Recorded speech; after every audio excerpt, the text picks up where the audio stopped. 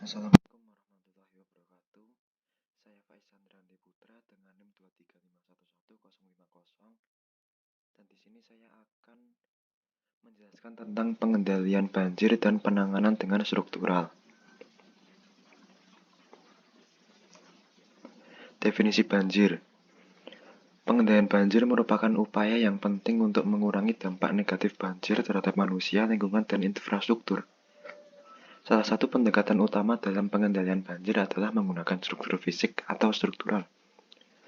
Pendekatan pengendalian banjir melibatkan serangkaian strategi dan tindakan untuk mengurangi dampak negatif banjir terhadap manusia, lingkungan, dan infrastruktur. Berikut ini adalah gambaran umum tentang pendekatan pengendalian banjir. Yang pertama ada pendekatan struktural. Yang pertama tanggul dan dinding pengaman, yaitu dibangun di sepanjang sungai atau pantai untuk menahan air dan mencegah genangan di daerah permukiman dan infrastruktur penting. Yang kedua ada embung dan waduk, yaitu area penampung air yang dirancang untuk menampung air berlebih selama periode banjir, mengurangi tekanan pada sungai dan mengontrol aliran air.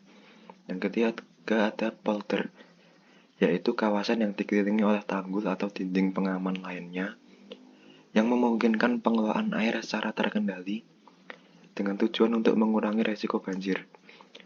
Yang kedua ada pendekatan non-struktural.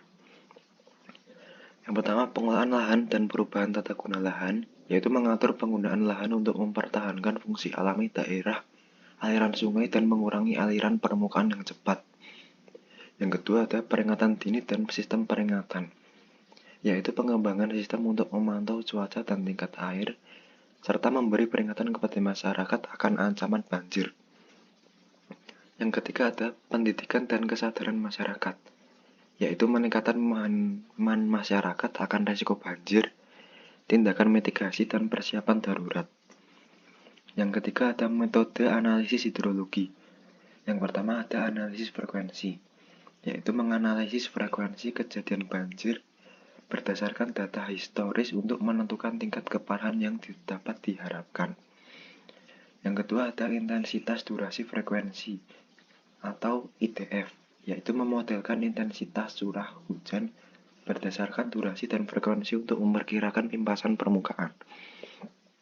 Yang ketiga ada hidogram banjir, yaitu menganalisis pola aliran sungai selama periode banjir berdasarkan karakteristik hidrologi.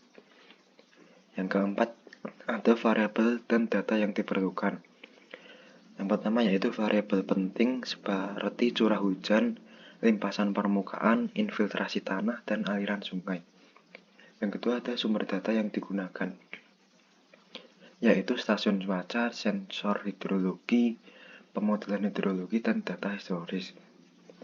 Pendekatan ini mencerminkan kompleksitas tantangan yang dihadapi dalam pengendalian banjir dan pentingnya mengadopsi strategi yang terintegrasi dan berkelanjutan untuk melindungi komunitas dan lingkungan dari ancaman banjir secara efektif.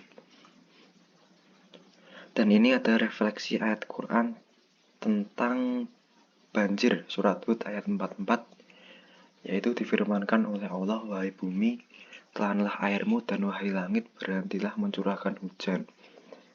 Air pun disurutkan dan urusan pembinasaan para pendurhaka pun diselesaikan, dan kapal itu pun berlabuh di atas gunung Judi dan dikatakan, kebinasaanlah bagi kaum yang zalim. Terima kasih. Sekian dari saya, kurang lebihnya mohon maaf. Wassalamualaikum warahmatullahi wabarakatuh.